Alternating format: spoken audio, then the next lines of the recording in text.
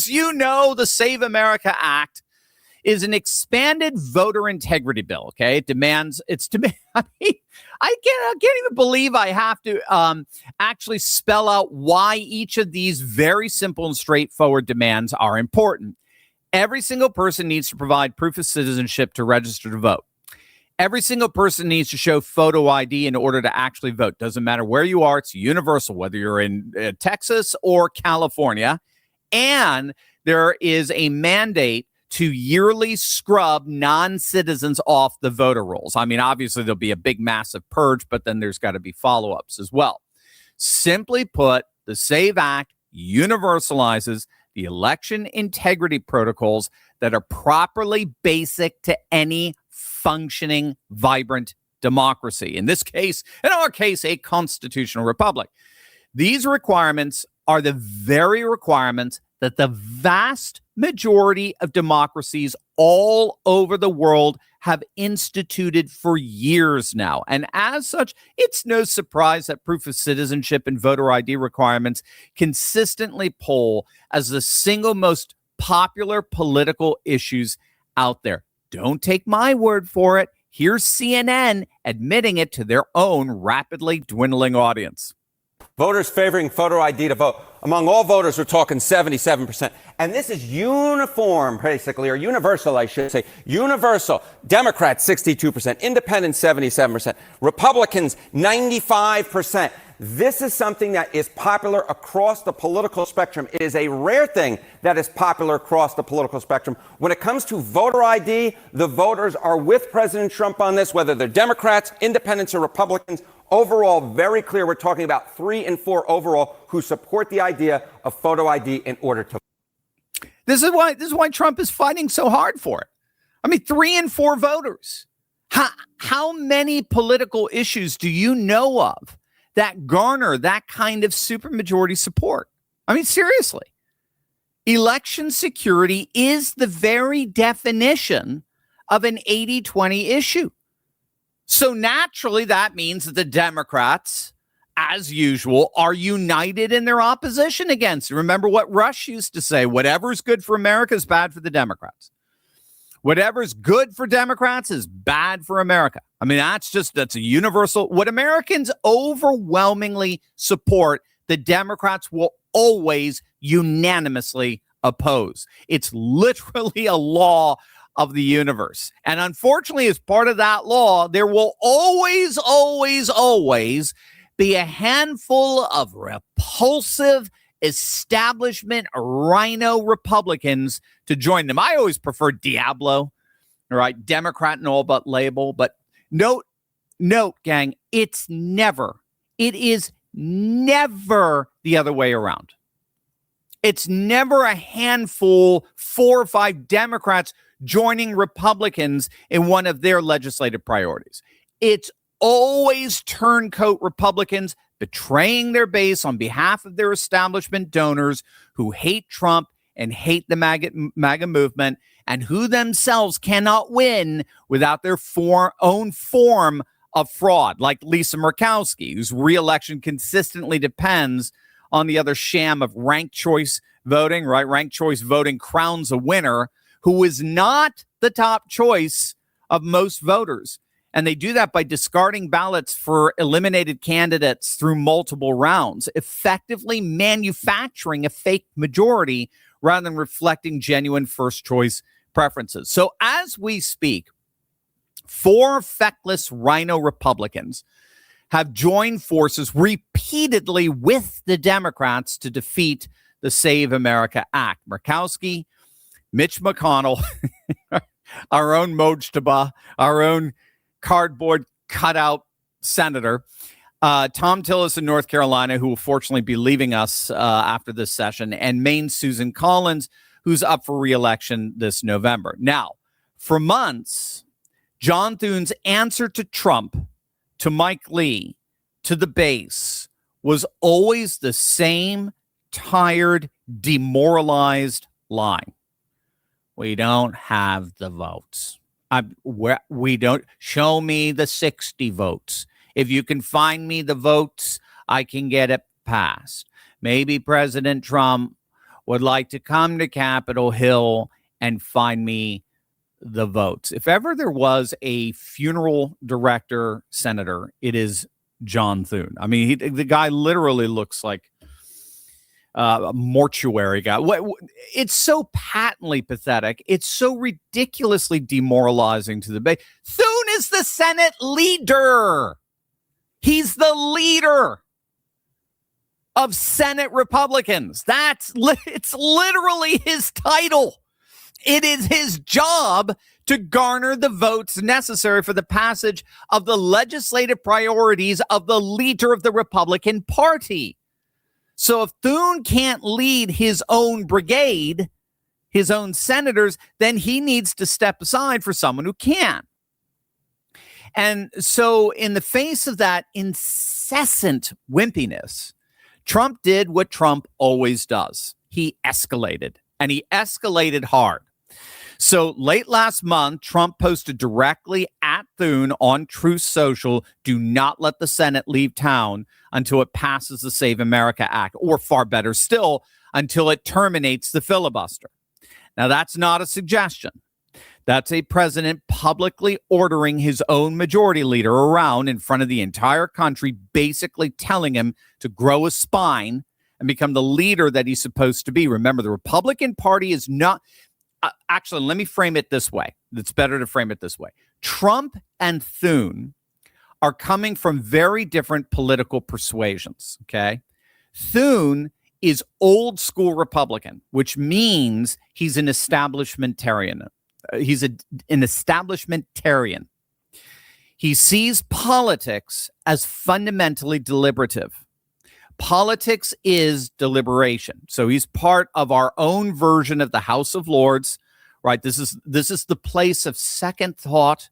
They often refer to the cooling saucer that the founding fathers built in to slow down the passions of the House, right?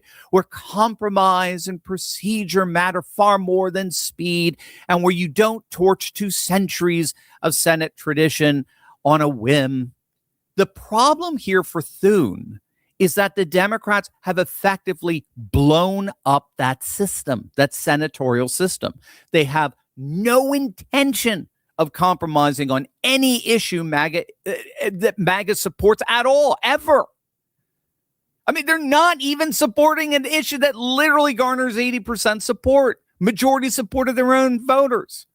They have weaponized the filibuster the same way Nancy Pelosi weaponized impeachment. So they have completely blown apart that establishmentarian senatorial deliberative precedent. Wow, say that 5 times fast. At least when it comes to the bills that matter most from MAGA. So Thune is living in an old politics. He's living in a world that simply no longer exists. And that's where Trump's politics come in, and the politics of the new MAGA Republican Party.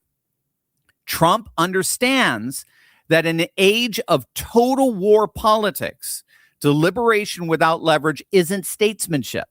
It's surrender dressed up, like in a powdered wig, right? You don't win a knife fight by quoting Robert's Rules of Order.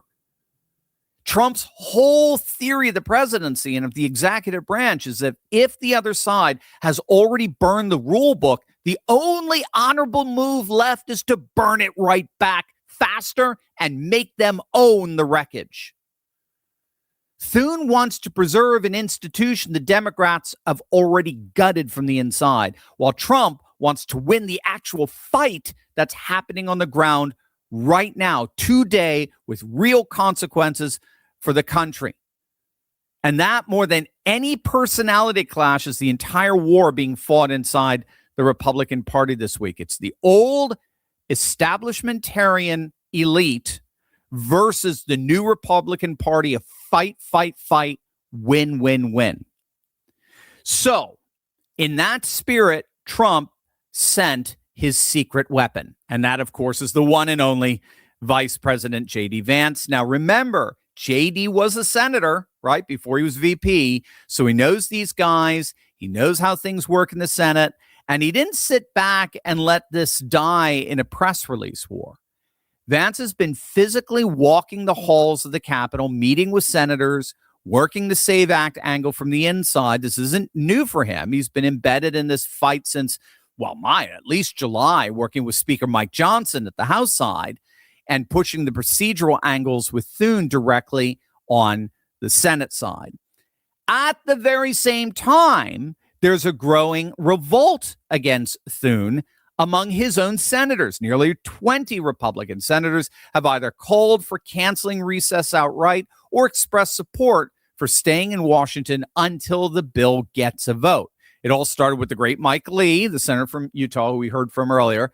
He's the first one that came out and objected to the Senate going into recess in August, at least until such time as the Senate has passed the Save America Act or has a plan to pass the Save America. He'll be fine with that. That's what we just heard the other day. And then he got joined by one Republican senator after another, to the point now where there are upwards of 20 GOP senators calling for the Senate to remain in session until they pass the SAVE Act again, or at the very least, lay out exactly how it will be passed in time for the midterms. No vote, no vacation is basically their motto at this point. No vote, no vacation, unless they show us how they're going to get it done, and then get it done as soon as they come back. And now we're getting word that the Democrat wall itself is beginning to crack. We've got the first Democrat senator routinely coming out and openly saying he's going to support at least some form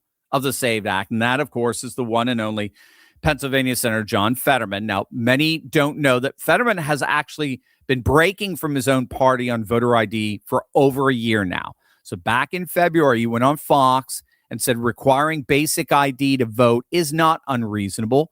He rejected the whole insane, ridiculous Jim Crow 2.0 nonsense as fellow Democrats are pushing, except, of course, if it involves shopping at a government-run grocery store in New York City, right? Did you hear about this? Forgive the quick digression here, but Marxist Mamdani was asked, how on earth is he going to ensure that only New York City residents shop at his new government-run grocery stores that discount all items by 30%? Right? If New York taxpayers are flipping the bill, if they're the ones providing the subsidies that allow the grocery stores to reduce their prices by 30%, what's to stop people from coming from, Jersey or Connecticut or Pennsylvania and stock up on all these discounted items, right? I mean, this is great. Who needs Costco when you got Mamdani's Stop and Shop, right? And did you hear about that? His answer was, well, we'll require shoppers to show an ID. I mean, even Joe Rogan was, I forget who he was talking about that with the other day. He's just like, you just gave up the ghost, man. You literally just blew it with that one statement. Think about what he just openly admitted. He was asked basically the question, how do you protect against, in this case, shopping fraud? And what was his solution? ID verification. ID verification is Mamdani's recognized chief means by which to protect against fraud. You can't make this shyster up. You can't. See, every once in a while when they're just, talking and just reality just bites the Democrats. There's just no way around it. It's like watching these, like Uber commercials saying you can now request a female driver. What's a woman? What's a woman? Yeah, Uber. Can you tell us what a female is?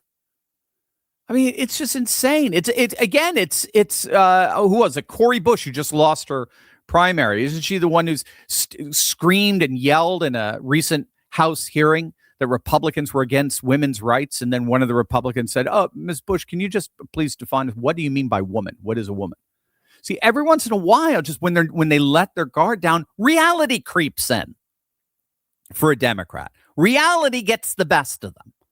And then they end up contradicting themselves. And of course, they end up having to, as Mamdani has, they have to backtrack on this because it was so patently embarrassing. It was so obviously hypocritical because, of course, Mamdani opposes voter ID. All right, I digress. So Fetterman has come out in support of a stripped-down version of the Save America Act, one that focused solely and precisely on voter ID. Now, this may actually work to our advantage, which I'll show you in a second.